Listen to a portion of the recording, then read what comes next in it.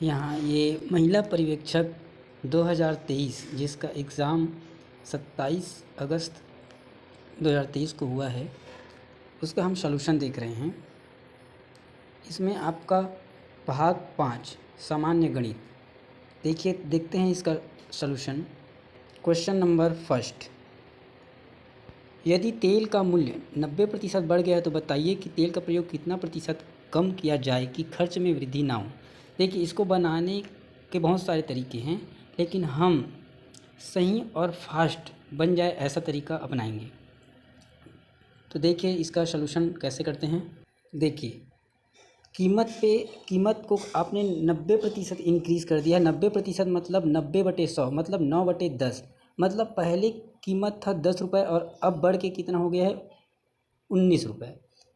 पहले था 10 रुपये, अब हो गया 19 रुपये।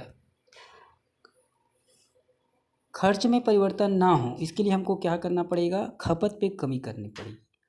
कीमत और खपत एक दूसरे के अपोजिट होती हैं, इसी कारण हमको खपत में कितने की कमी करनी होगी, 9 की। मतलब 19 से हमको कितना करना पड़ेगा, 10। तो देखिए हमने कितने की कमी कर दी है, 9 की कमी कर दी है। विद 9 की कमी की है किसके रेस्पेक्ट में, 19 के। 9 की कमी 19 के रेस्पेक्ट में इंटू 100। तो आपका आंसर कितना आ जाएगा, 47/19%। ठीक है दोस्तों, आइए देखते हैं सेकंड क्वेश्चन। सेकंड क्वेश्चन क्या बोल रहा है, ए एक वस्तु को खरीदता है और बी को 20% हानि पर बेचता है, और बी उस वस्तु को सी को 20% के लाभ पर बेच देता है। सी वस्तु को 480 में खरीदता है, तो बताना है ए वस्तु को किस दाम पर खरीदा था। देखिए, ए ने क्या किया है, बी को 20% की हानि पे बेचा है। मतलब 20% की हानि पर बेचा है, मतलब 80% पे बेचा है। तो देखिए क्या किया है, बी को 80% पे बेचा है। ठीक है, अब बी ने क्या किया है, सी को 20% के लाभ पर बेचा है। मतलब सी को 120% पर बेचा है और सी ने उसके लिए कितने रुपए का खर्च किया है, 480 रुपये का। तो इसको इक्वल करेंगे 480 के, तो आपका यहाँ से एक कैलकुलेट हो जाएगा 500 रुपये। ठीक है दोस्तों, आगे देखते हैं क्वेश्चन नंबर थर्ड सिंप्लीफिकेशन का है।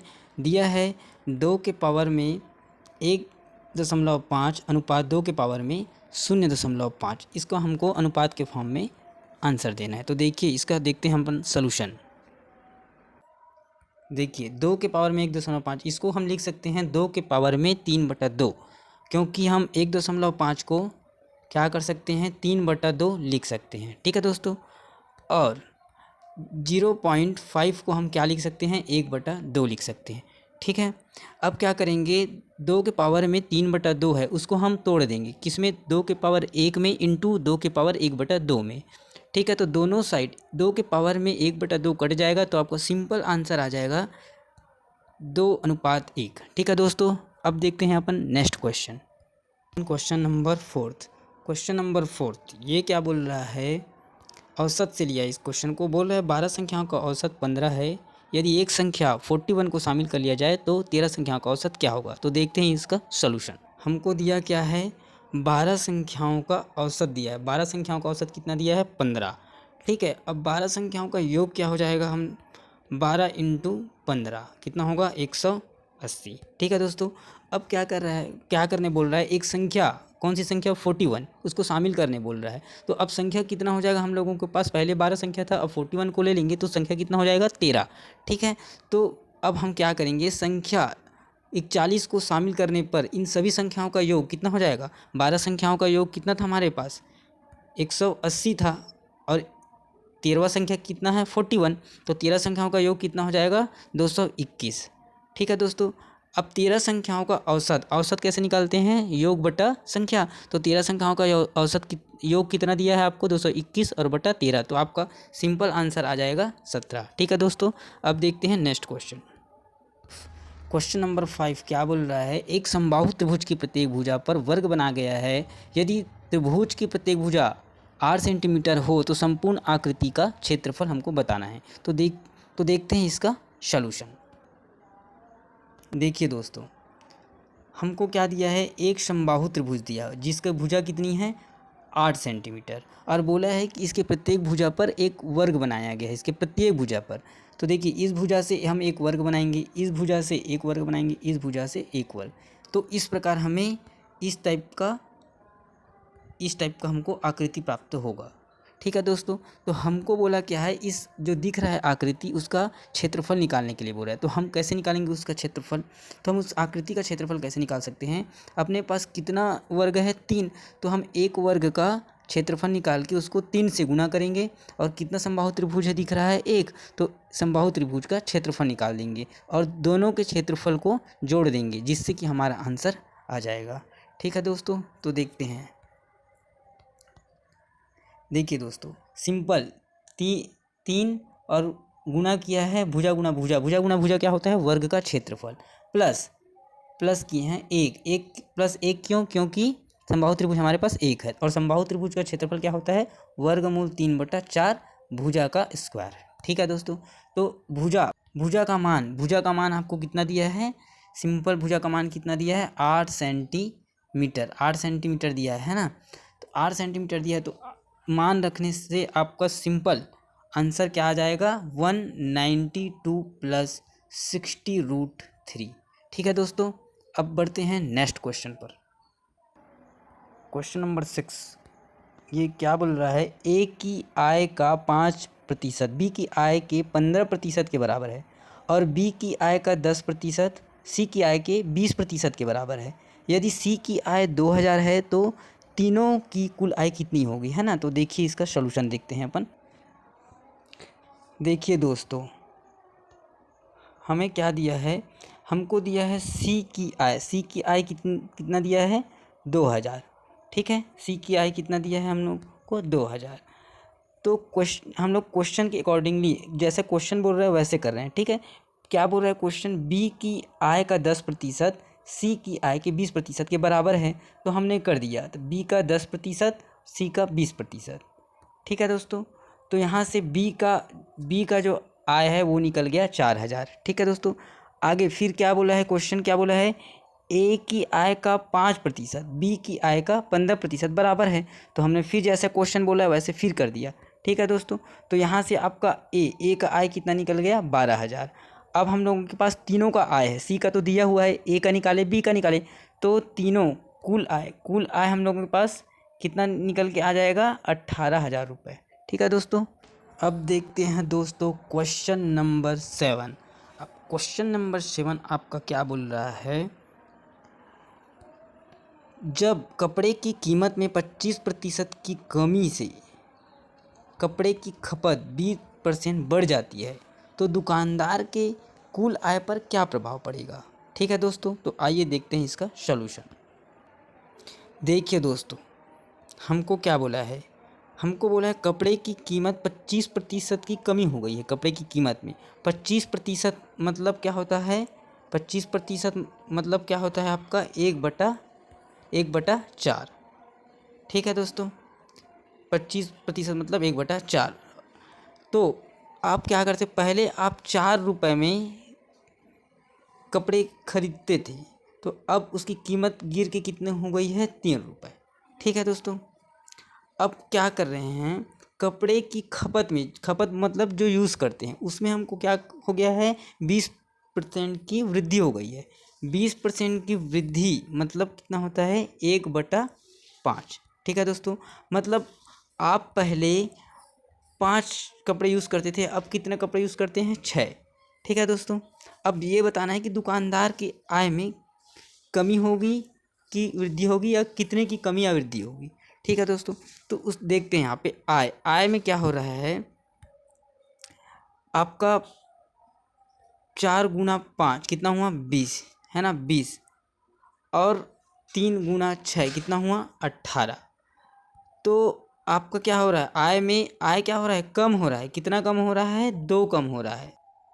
20 से कितना हो रहा है आपका 18, मतलब कितना कम हो रहा है 2। ठीक है, तो परसेंट कैसे निकालेंगे, 2 की कमी हो रही है किसके रेस्पेक्ट में, 20 के रेस्पेक्ट में, इंटू 100, तो कितना हो जाएगा 10। ठीक है दोस्तों, तो 10% की कमी होगी। 10% की कमी मतलब 10% घटेगा, तो इसका आंसर होगा 10% घटेगा। ठीक है दोस्तों, अब देखते हैं नेक्स्ट क्वेश्चन। नेक्स्ट देखते हैं क्वेश्चन नंबर 8। क्वेश्चन नंबर 8 ये क्या बोल रहा है, 8:21 समानुपात 13:31 में क्या जोड़ा जाए कि योगफल समानुपाती हो। तो देखते हैं हम इसका सॉल्यूशन। देखिए दोस्तों, हम इसमें माना कि हम इसमें क्या जोड़ते हैं, x जोड़ते हैं। ठीक है दोस्तों, माना हम इसमें x जोड़ते हैं। x जोड़ने फिर क्या होगा आपका, इसको तिर्यक गुणा करना पड़ेगा, आपको तिर्यक गुणा करना पड़ेगा।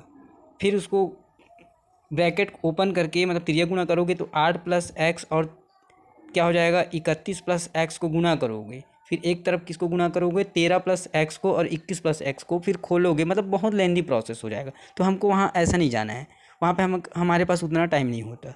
तो हम यहाँ पे क्या करेंगे, हम लेंगे ऑप्शन की मदद। फर्स्ट ऑप्शन दिया है 3, क्या दिया है 3, तो हम x की जगह क्या रखेंगे, 3 रखेंगे। जब 3 रखोगे तो आएगा ये, तो क्या हुआ, ये बराबर नहीं आया। जब आप ऑप्शन नंबर बी रखोगे, ऑप्शन नंबर बी कितना दिया है आपको 5, जब आप 5 ऑप्शन नंबर बी रखोगे तब ये आपका आंसर आ जाएगा। मतलब दोनों तरफ लेफ्ट हैंड साइड और राइट हैंड साइड क्या हो जाएंगे, इक्वल हो जाएंगे, 1/2 और 1/2। तो हम लोगों का ऑप्शन नंबर 5 क्या होगा, सही ऑप्शन होगा। ठीक है दोस्तों, अब बढ़ते हैं नेक्स्ट क्वेश्चन पे। अगला क्वेश्चन है क्वेश्चन नंबर 9। क्वेश्चन नंबर 9 क्या बोल रहा है दोस्तों, कोई धनराशि चक्रवृद्धि ब्याज से 4 वर्षों में दोगुनी हो जाती है, वह राशि अपने से 8 गुनी उसी ब्याज की दर से कितने समय में हो जाएगी। आपको समय पूछा है ना दोस्तों। तो देखते हैं इसका सॉल्यूशन। देखिए दोस्तों, इसका सॉल्यूशन देखते हैं, है ना। हमको क्या बोला है, 2 गुनी हो जाती है कितने वर्षों में, 4 वर्षों में, है ना। 2 गुनी हो जाती है, 2 गुनी मतलब 2 की पावर 1। ठीक, पूछा क्या गया है कितने समय में, वो 8 गुनी हो जाएगी। 8 गुनी मतलब क्या हो गया, 2 के पावर 3। ठीक है, इसको आप अगर बेसिक से बनाना चाहोगे तो बना सकते हो, बाकी बहुत ज़्यादा लंबा प्रोसेस है उसका, है ना। तो हम इसको जल्दी से बहुत फास्ट और सही बनाने के लिए क्या करते हैं, इस फार्मूले के माध्यम से जाते हैं। इसमें क्या करना रहता है, जो पूछा गया है मतलब बेस को पहले समान करते हैं। 2 गुनी है मतलब 2 के पावर 1 और 8 गुनी है मतलब 2 के पावर 3। तो यहाँ पूछा लिखा है, पूछा क्या गया है 8 गुनी, तो इसके पावर में कितना है, 2 के पावर में 3। तो आप क्या लिखोगे 3 बटे दिया क्या गया है आपको दिया क्या गया है 2 के पावर 1, तो आप क्या लिखोगे 3/1 और समय आपका कितना है 4 वर्ष, तो आपका आंसर हो जाएगा 12 वर्ष। ठीक है दोस्तों, नेक्स्ट क्वेश्चन है क्वेश्चन नंबर 10। क्वेश्चन नंबर 10 क्या बोल रहा है, किस मूलधन का साधारण ब्याज 6.1/4% वार्षिक ब्याज की दर से 1 रुपया प्रतिदिन होगा यदि वह लीप वर्ष नहीं हो। ठीक है दोस्तों, तो देखते हैं इसका सॉल्यूशन। देखिए दोस्तों, यहाँ पे हमको क्या क्या दिया है, हमको दिया है R 6.1/4% और ब्याज कितना दिया है 1 रुपया प्रतिदिन। ठीक है दोस्तों, तो हम सिंपल क्या करते हैं, हमको मालूम है साधारण ब्याज का फार्मूला हमको मालूम है, वो यहाँ पे सिंपल लगा देते हैं। क्या होता है साधारण ब्याज बराबर होता है मूलधन गुना दर गुना समय बटा 100। ठीक है दोस्तों, तो यहाँ पे ब्याज कितना दिया हम लोगों को 1 रुपया, मूलधन हम लोगों को निकालना है, दर हम लोगों को कितना दिया है 25/4%, और समय कितना दिया है 1 दिन। तो 1 दिन को वर्ष में चेंज करने के लिए क्या करेंगे 365 से भाग दे देंगे। ठीक है दोस्तों, और 365 से ही क्यों भाग देंगे, क्योंकि हम लोगों को क्वेश्चन में बोला है कि लीप वर्ष ना हो। लीप वर्ष बोलता तो 366 से भाग देते, और यहाँ पे लीप वर्ष नहीं है बोला है, मतलब क्या है साधारण वर्ष है, और साधारण वर्ष में कितना दिन होता है 365 दिन, इसलिए 365 से भाग दिए हैं। ठीक है दोस्तों, तो यहाँ पे 25/4, तो 4 आ जाएगा, यहाँ का 4 आ जाएगा यहाँ नीचे, और 365 यहाँ आ जाएगा नीचे, और 100 पहले का था। ठीक है दोस्तों, तो यहाँ पे पी की वैल्यू कितनी आ जाएगी, 5,840 रुपये। ठीक है दोस्तों, तो देखते हैं अब नेक्स्ट क्वेश्चन। नेक्स्ट क्वेश्चन है क्वेश्चन नंबर 11। क्वेश्चन नंबर 11 क्या बोल रहा है, यदि P अनुपात Q अनुपात R बराबर 1:2:4 है, तब हमको root work 5P² + Q² + R² का मान ज्ञात करना है। ठीक है दोस्तों, तो देखते हैं इसका सॉल्यूशन। देखिए दोस्तों, हमको दिया क्या है, हमको दिया है P अनुपात Q अनुपात R = 1:2:4। ठीक है दोस्तों, तो हम यहाँ क्या करते हैं, हम P बराबर x, Q बराबर 2, P बराबर यहाँ से x, P बराबर 2x और R बराबर 4x हम लोग यहाँ से मान लेते हैं। ठीक है दोस्तों, और हमको जो पूछा है उसमें P Q R का मान रख देते हैं। तो P की जगह क्या रख दिए हैं अपन, x, Q की जगह क्या रख दिए हैं 2x, और R की जगह क्या रख दिए हैं 4x। तो सिंपल यहाँ पे आंसर आ जाएगा आपका 5P। ठीक है दोस्तों, देखते हैं अब next question. Question number 12। Question number 12 क्या बोल रहा है, 4:9 समानुपात 12:x, तब देखिए दोस्तों सिंपल 4:9 समानुपात 12:x, तो हम लिख सकते हैं 4/9 बराबर 12/x। तो यहाँ से आपका x का वैल्यू आ जाएगा 27। नेक्स्ट क्वेश्चन देखते हैं, क्वेश्चन नंबर 13। क्वेश्चन नंबर 13 क्या बोल रहा है, एक सप्ताह में 1 घंटे का दशमलव में मान कितना है। तो देखते हैं इसका सॉल्यूशन। देखिए दोस्तों, हमको पूछा है 1 घंटे का मान एक सप्ताह में कितना होता है। तो सिंपल 1 घंटा बटा 1 सप्ताह, तो 1 घंटा मतलब 1 आवर, और 1 सप्ताह मतलब 7 दिन। ठीक है दोस्तों, अब एक दिन में कितने घंटे होते हैं, 24 घंटे।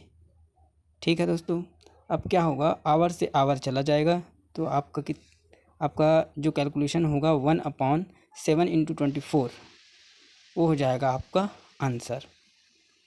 ठीक है दोस्तों, 1/168 बराबर इतना आएगा आपका, लगभग 0.0059 के करीब आएगा। ठीक है दोस्तों, नेक्स्ट क्वेश्चन है आपका क्वेश्चन नंबर 14।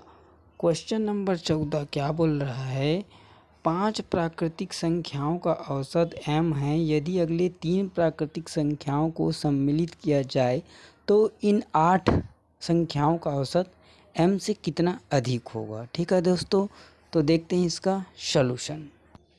देखिए दोस्तों, मानवीय संख्याएं कौन कौन सी हैं, 1 2 3 4 और 5। ठीक है दोस्तों, तो उन संख्याओं का योग कितना हो जाएगा, 1 + 2 + 3 + 4 + 5 = 15। ठीक है दोस्तों, अब क्या करते हैं हम, उनका औसत कितना होगा, 15/5 मतलब कितना आ जाएगा 3। और हमको क्वेश्चन में जो हम 3 निकालें उसका मान कितना दिया हुआ है m, तो हम लोगों का m का वैल्यू कितना आ जाएगा 3। ठीक है दोस्तों, अब क्या बोल रहा है क्वेश्चन, अगली 3 संख्या लेने बोल रहा है।